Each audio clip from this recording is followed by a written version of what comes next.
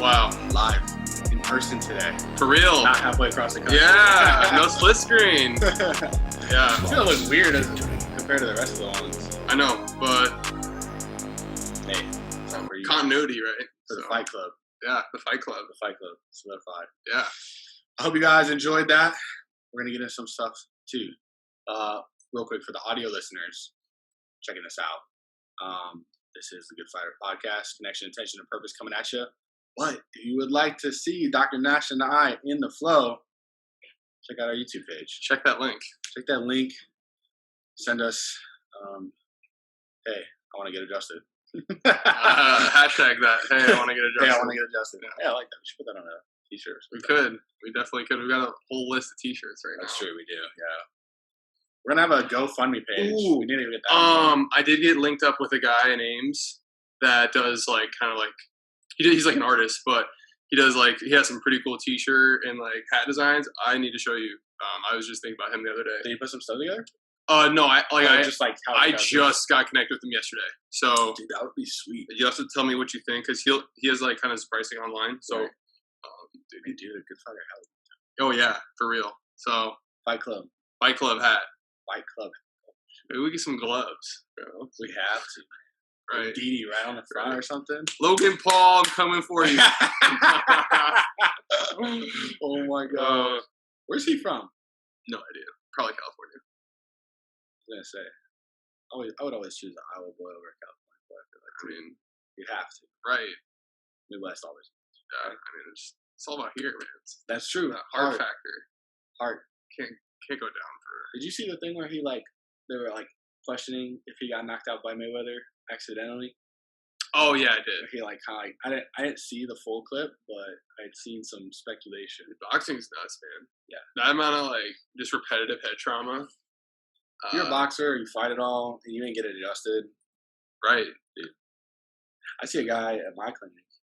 He does more like Muay Thai type of stuff, mm-hmm. and even just helps his kicks. Really, because he's more restricted on one side of motion, balancing him out, nervous system wise, huge difference. Damn. Yeah, I mean, with the neurospinal system, dude, the amount of cord tension you just constantly micro trauma you're getting. If you're not getting adjusted, man, you're a ticking time bomb for having some sort especially of later on. Right. So nobody needs all the brain degeneration that comes from that sometimes. Yeah, it's a wild sport. Wild, wacky, one we can emulate though. Oh yeah, be a good fighter. But today, guys, what are we talking about today? You were telling me about Fearless Intent, dude. So yeah. I'd love to kind of start off with Fearless Intent. I think that was kind of what Source kind of dropped in as far as the focus of today, but I did like what you were talking about earlier too. So, guys, I think I was talking to a chiropractic student, and for many of you on here, you probably are chiropractic students, either new chiropractors or a chiropractor that's been in the field for a long time. I don't know. But one thing that has been made apparent, especially when we were in school still, was the fearless intent that you should have when you are adjusting somebody. And we all know we've been on the end of crappy adjustments where you can tell that person's kind of scared and doesn't want to, go all out. For sure. And usually end up getting hurt when that happens, at least in my experience. And a lot of other people too, is when you kind of get that hesitation or that, and you see that in sports all the time. The moment you hesitate, that's when something goes wrong. Oh yeah. In anything. In anything. Hesitation never ends up. Hesitation is never the key. Basketball, you can have a hezzy, but that's more that's an intentional hesitation. Yes. I like that. Yeah. Intentional hesitation is not bad because you're thinking through things. Yes. But hesitation because you're fearful does not produce the outcomes that we would like. So absolutely. I was talking to this chiropractic student, and he was discussing how in school, and as we know, with COVID and everything, school's kind of switched up. I mean, hands-on is next to none right now. Yep. Props to you guys out there getting hands-on still and making it happen, because you guys, your profession and your livelihood matters way more than what's, the school's telling you to do right now. Yeah. But he was telling me how they just put a lot of fear into you when you're trying to adjust somebody, a lot of fear into, especially those that are 50 or older. And he was just discussing with me how he wants to be confident, he wants to be clear in what he wants to do, but it's hard when you have that type of, I don't want to say indoctrination, but it almost feels like that. Like when we grew up, not when we grew up. I mean, we grew up in school, I guess, in chiropractic. I was growing up still, that's for sure. But learning under like Mally and those guys, Tim Young, and I just remember like both of them sharing like, hey, these people need adjusted. They don't need for you guys to just kind of like pitter patter around the bush. For sure. They need for you to be the doctor and to go out with fearless intent. Now, that doesn't mean you just kind of like adjust everybody willy-nilly. Like still have your connection, intention, and purpose as a doctor, as a chiropractor, and go after it. But it just breaks my heart hearing students share that they just don't feel confident when especially when you get in the clinic. I mean, I don't know about you, but like a lot of people do drops because they're scared, especially on older people. And I think one thing that I learned two things that I learned was when I went to the VA, like you saw all kinds of jacked up stuff in there. And I thank goodness for the mentors that I had in there, because they were like, no, you still rock them. You still adjust them. Even when they have like all kinds of stuff. Now, again, be smart. Don't go trying to adjust the freaking spinal fusion with metal. Don't be dumb like that. But they still can get adjusted in other areas and to go after it with fearless intent. And then the same thing too, when I was in Honduras, dude, half the people down there had been in like motorcycle accidents, or I didn't have x-rays. Right. Like, I'm gonna be honest, but I did my due diligence and still went after it, and not scared to adjust them, but knowing that, hey, I was trained to recognize spinal subluxation patterns. If this is more than a subluxation, like a impairment or whatever, then don't adjust it. But if it's a subluxation, freaking rock it and give them what they need to get their nervous system balanced and set up right. And it just, again, it breaks my heart hearing these students go through school not being confident and clear. It's not so much necessarily the other stuff, but not having the confidence and clarity to be who they need to be as a chiropractor. It's hard. Yeah. And it takes time to develop that. And if you don't have a growing space, you can't develop that. No, for sure. I think one thing that really helps is being around somebody who, or at least like, where we're at now, we have systems in place where we don't have to have that fear at all. Right. Or at least like when you're going through school, having boundaries where you don't have to be coming from a place of fear. I think that's a really important aspect where like that allows you just to authentically be able to have the confidence to adjust somebody. You have a teacher to go through it with you, or you have somebody, like you said, those guidelines. Yeah. So I think that's an important aspect. And a lot of people talk about it too. And it's really important that obviously school, their main purpose really is for you to pass boards. And the pass boards, basically one of the biggest emphasis that they ever have is, all right, can you recognize the red flags that like if somebody presents with this, you should send them to the ER, right? But outside of that, you really got to have your own curriculum in place to develop not just your art, but also your philosophy and everything in between, right? So I think that's a really big component to being able to have the confidence not to be in a place of fear when you get into clinic, or just like adjusting somebody in general, that like you have the confidence because you put the time in an extracurriculum setting, that like you're allowing to the art to flow through you, and to like you're manifesting it how you want it to. Right. And you're not worried about, this could happen. Right. You're confident in that ability of your art, which is one of the things that you need to be confident in your art and how you're exploring things. Otherwise, you're never going to publish it. Right.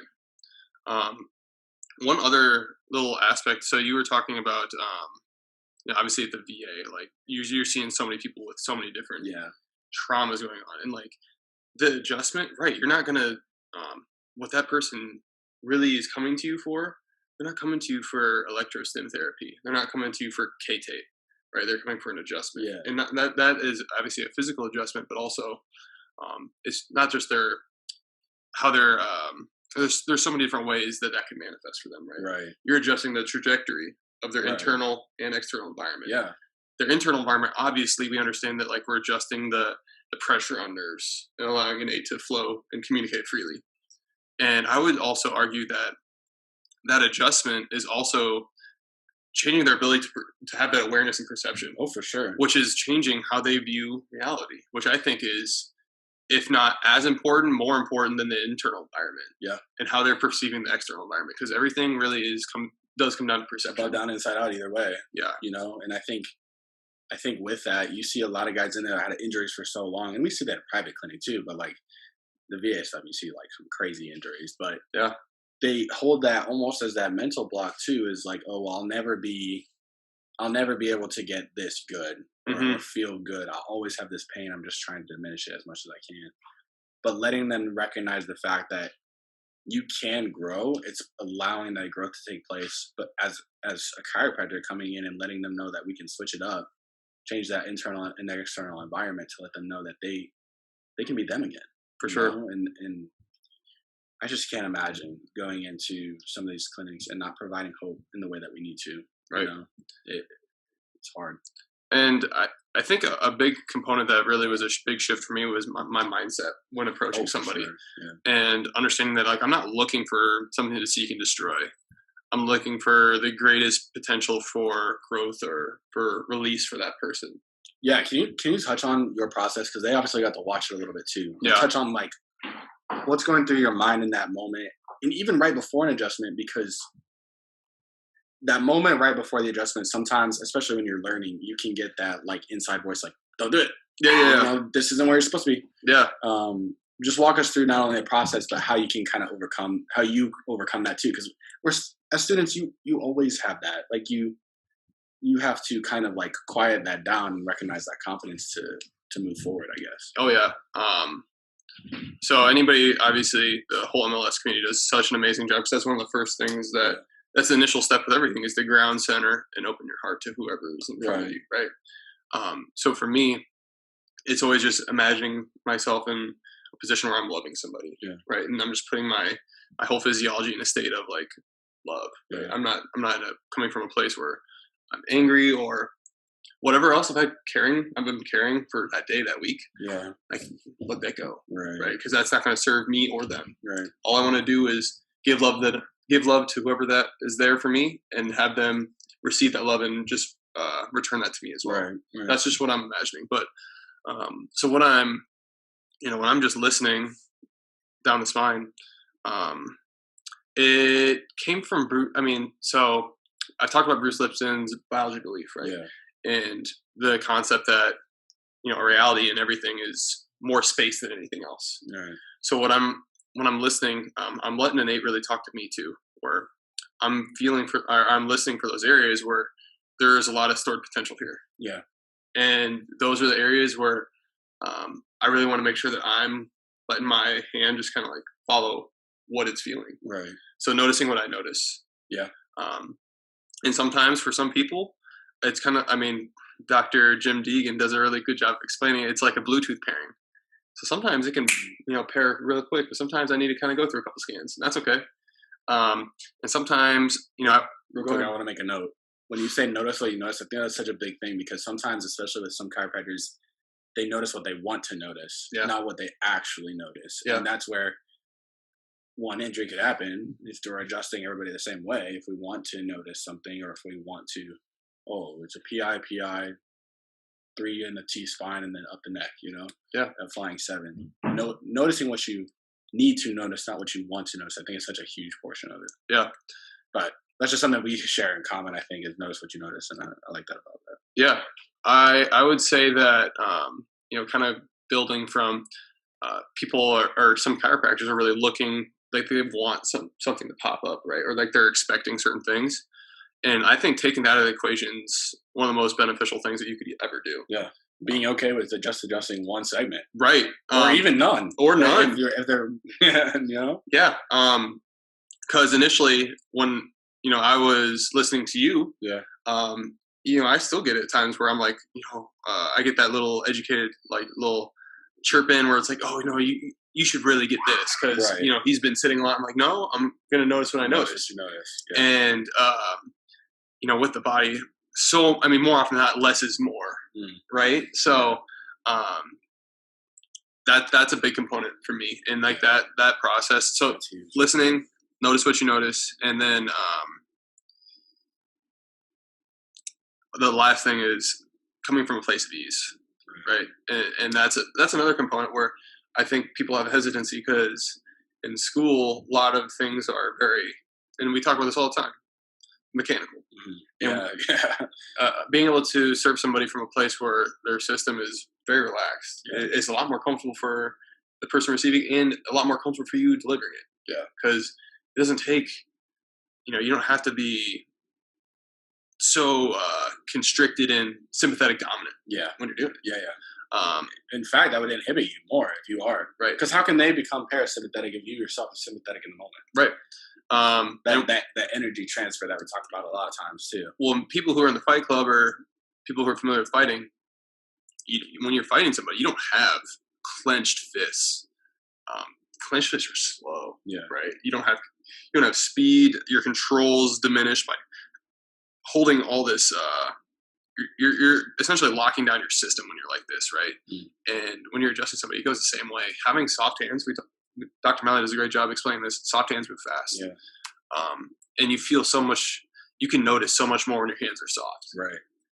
And he correlates that too. Like, if your eyes are really clenched, you can't see squat. But if they're wide open and soft, you can see a lot more. Yeah. You're able to notice a lot more. You're able to read that person's body instead. When you're more rigid, you're going to notice what you want to notice. Yeah.